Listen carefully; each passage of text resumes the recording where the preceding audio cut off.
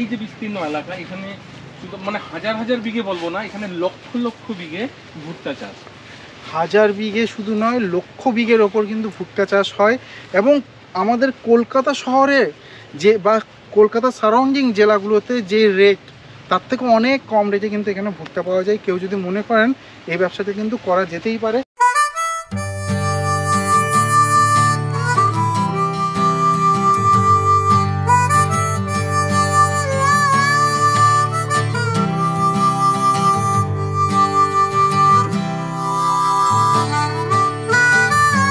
নমস্কার বন্ধুরা, আশা করি সবাই অনেক ভালো আছেন। আজকে আমি রয়েছি কুচবিহারে। তো আপনারা সবাই জানেন আমাদের সবার প্রিয় কৃষ্ণদা রয়েছেন। কৃষ্ণদা আমাকে ঘুরে ঘুরে কুচবিহারের গ্রামগুলো দেখাচ্ছিলেন। এই সময় আমি দেখলাম চারিদিকে ভুট্টা ক্ষেত আর ভুট্টা ক্ষেত। সেই সময় আমি দাদাকে জিজ্ঞাসা করলাম যে দাদা, আসলে কি ভুট্টা ক্ষেত নিয়ে আমরা কোনো প্রতিবেদন করতে পারি কি না? যেহেতু আমি এখানে অনেকটা দূর এসেছি, অনেক টাকা খরচ করে, যদি একটা প্রতিবেদন বানানো যায় খুব ভালো হয়। দাদা বলেন অবশ্যই করা যাবে, যারা ভুট্টার প্রতি আগ্রহী তাদের জন্য তো অবশ্যই খুব ভালো একটা প্রতিবেদন হতে পারে। দাদা নমস্কার। নমস্কার, কেমন আছেন দাদা? ভালো। তো মানে খুব সুন্দর, আপনার কুচবিহার ভীষণ সুন্দর। আমার তো খুব মানে ভীষণ তৃপ্তি লাগছে। তো দাদা, তবে এই প্রকৃতির মধ্যে বিশেষ আকর্ষণ রয়েছে আপনার এই ভুট্টা ক্ষেত, চারিদিকে ভুট্টার ক্ষেত। এত ভুট্টা আসলে হয় কি? অ্যাকচুয়ালি এই ভুট্টা বলতে গেলে এখন যতগুলো ফার্মিং যে ইন্ডাস্ট্রিগুলো আছে, সেটা গরুর হোক, মোষের হোক বা মুরগি, তো বিশেষ করে আমরা বেশিরভাগটাই জানি যে মুরগির প্রধান খাদ্য হিসেবে এই ভুট্টাটাকে ইউজ করা হয়। তারপরে তাদের ফিড তৈরি হয়, ক্যাটেল ফিডেও কিন্তু এই ভুট্টাটা ইউজ হয়। এছাড়াও কিন্তু এই ভুট্টা থেকে বিভিন্ন রকমের যে ফুডগুলো তৈরি হয় মানুষের, বাচ্চাদের ফুড, এই ভুট্টা থেকে কিন্তু তৈরি হচ্ছে। তো এই যে এখানে ভুট্টা এত পরিমাণে চাষ হচ্ছে, এই ভুট্টাগুলো বিভিন্ন কোম্পানি এখানে বিভিন্নভাবে কালেক্ট করে নিয়ে যাচ্ছে।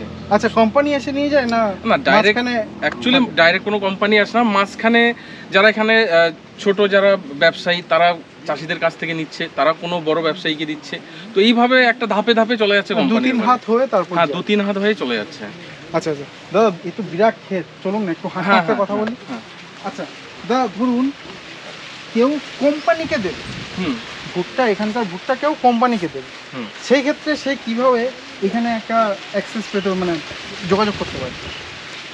যদি কোনো ব্যক্তির ভালো সেরকম কোম্পানির সাথে তার যোগাযোগ থাকে, কোনো পোলট্রি ফিডের কোম্পানি হোক বা কোনো ক্যাটেল ফিডের কোম্পানি হোক, তো সরাসরি ব্যক্তি এইদিকে আসতে পারে। আচ্ছা, এসে যদি কেউ মনে করে, যেমন আমাদের একটা ফার্মিং প্রডিউসার কোম্পানি রয়েছে, আমাদের থ্রুতে যদি কেউ কিনতে চায় তো সেটাও সম্ভব। আচ্ছা, আপনাদের ওই যে এফপিসি আছে, সেই থ্রুতে কিনতে পারবে।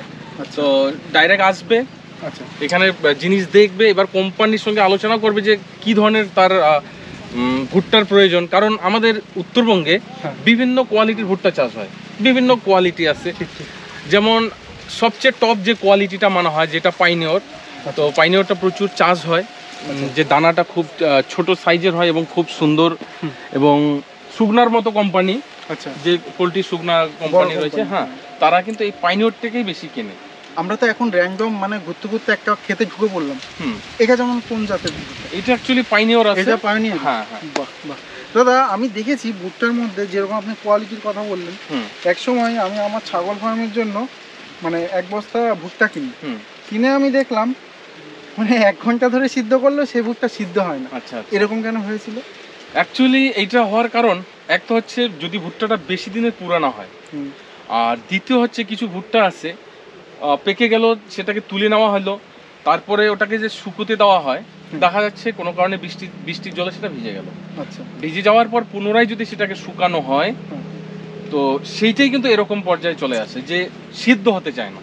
আচ্ছা, মানে ওটা খারাপ কোয়ালিটি? খারাপ, হ্যাঁ, একদম খারাপ কোয়ালিটি। ওর গুণগত মান অনেকটা নষ্ট হয়ে যায়। আর খুব ভালো কোয়ালিটিটা সিদ্ধ হতে কত সময় লাগে?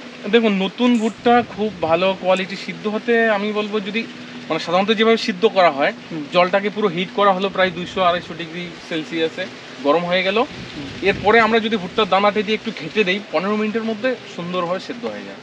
আচ্ছা, তাহলে এটা একটা সুন্দর তথ্য আমরা জানতে পারলাম।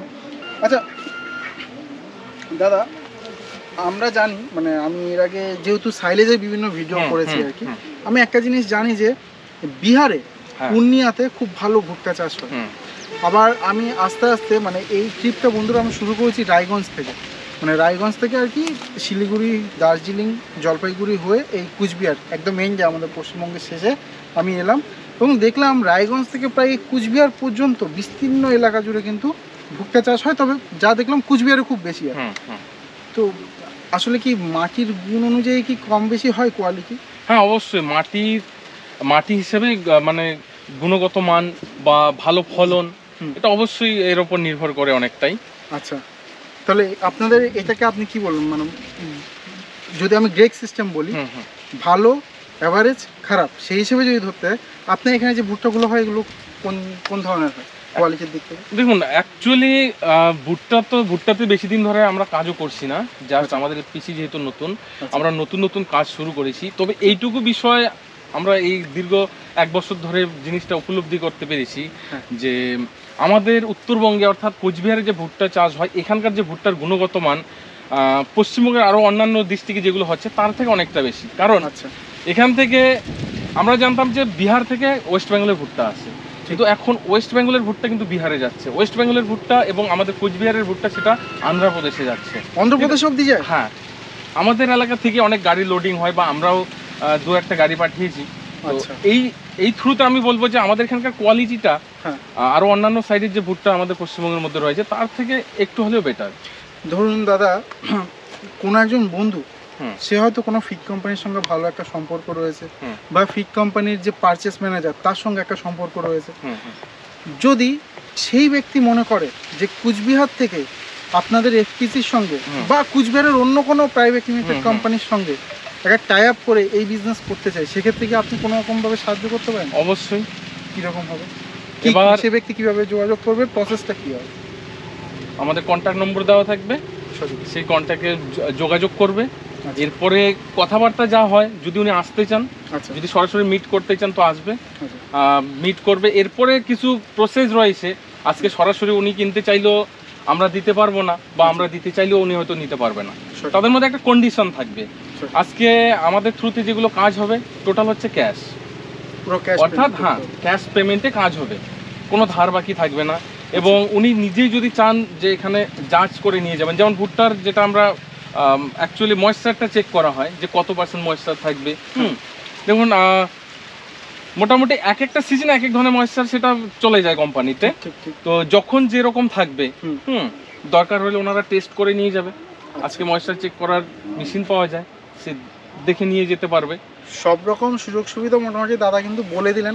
এমন কেউ যদি থাকেন যে কোনো ফিড কোম্পানির সঙ্গে আপনার ভালো সম্পর্ক, সেই ফিড কোম্পানিকে যদি আপনি কনভিন্স করতে পারেন যে আপনি ভুট্টা সাপ্লাই করবেন, সেই ক্ষেত্রে এইখানে এসে দাদার সঙ্গে বা কুচবিহারে ঘুরে আপনি অন্যান্য জায়গা থেকেও নিতে পারেন, দাদার থেকে নিতে হবে এমন কোনো ব্যাপার নেই। এসে যদি মনে করেন এক্ষেত্রে কিন্তু নিজে একটা ভালো ব্যবসা বা অর্থ উপার্জনের রাস্তা তৈরি করে নিতে পারেন। তো সেক্ষেত্রে দাদার নাম্বার তো দেওয়াই রইলো বা আমাদের নাম্বার দেওয়া রইলো, আপনারা যোগাযোগ করবেন।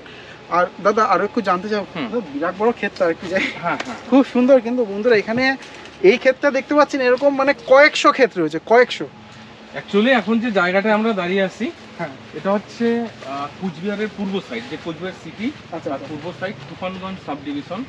তুফানগঞ্জ সাব ডিভিশনের মধ্যে আমরা দাঁড়িয়ে আছি, সেটা তুফানগঞ্জ যে শহর, সেখান থেকে প্রায় 7 থেকে 8 কিলোমিটার দক্ষিণ সাইড। এটা বাংলাদেশ প্রায় বর্ডার লাগোয়া হয়ে গেল, এবং এখান থেকে আসাম বর্ডারও বেশি দূর নয়। এই যে বিস্তীর্ণ এলাকা, এখানে শুধু মানে হাজার হাজার বিঘে বলবো না, এখানে লক্ষ লক্ষ বিঘে ভুট্টা চাষ। হাজার বিঘে শুধু নয়, লক্ষ বিঘের ওপর কিন্তু ভুট্টা চাষ হয়।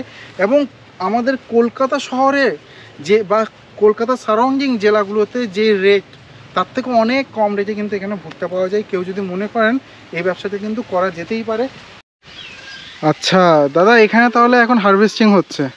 হ্যাঁ, এই যে জমিটা দেখা যাচ্ছে, এখানে যে গাছগুলো, এটা হারভেস্টিং এর টাইম হয়ে গেছে। আচ্ছা, তো উপরে এই যে গাছের উপরে শীষ দেখা যাচ্ছে, ওটা যখন শুকিয়ে যায় মনে করা হয় যে বীজ পেকে গেছে, ভুট্টা দানা পেকে গেছে। তখন কি করা হয়, ডগটাকে এই যে যেভাবে কেটে দেওয়া হয়েছে এইভাবে কেটে দেওয়া হয়। কেটে দেওয়ার কারণ তাড়াতাড়ি ফলটা গাছের মধ্যে শুকিয়ে যাবে। আচ্ছা, তাহলে নিয়মটা হচ্ছে ওই গাছের উপর দিকটা কেটে দিলে ফলটা তাড়াতাড়ি শুকিয়ে যায়। এই যে দেখুন ফলের কোয়ালিটি, দারুণ দারুণ, একদম গোল্ডেন কালারের এসছে বন্ধুরা। আপনারা দেখলেই বুঝতে পারবেন যে এটা কী কোয়ালিটির ভুট্টা, একদম মার্কেটের 1 নম্বর কোয়ালিটির ভুট্টা এটা। তো যদি কোনো বন্ধুর মানে ভুট্টার ব্যবসা করার ইচ্ছে থাকে, যদি কেউ আগ্রহী থাকেন, সেক্ষেত্রে স্ক্রিনে দেওয়া নাম্বারে অবশ্যই যোগাযোগ করেন, সম্পূর্ণ সাপোর্ট পাবেন, কোনো অসুবিধা হবে না। দাদা এটা তো এখন সিজন চলছে, অফ সিজনটাই কিভাবে হবে? অফ সিজনটায় অ্যাকচুয়ালি এই যে ভুট্টাটা যখন হিউজ পরিমাণে ওঠে, তো কিছু স্টকার রয়েছে যারা সেটাকে স্টক করে দেয়। হ্যাঁ, সেটা বলছিলেন একটু আগে।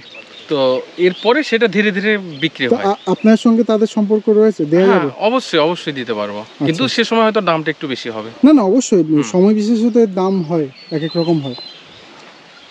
ঠিক আছে দাদা, অনেক ধন্যবাদ, সময় দিলেন, আপনার গ্রাম ঘুরিয়ে ঘুরিয়ে দেখালেন আমাকে, খুব ভালো লাগলো আমার কুচবিহারে এসে।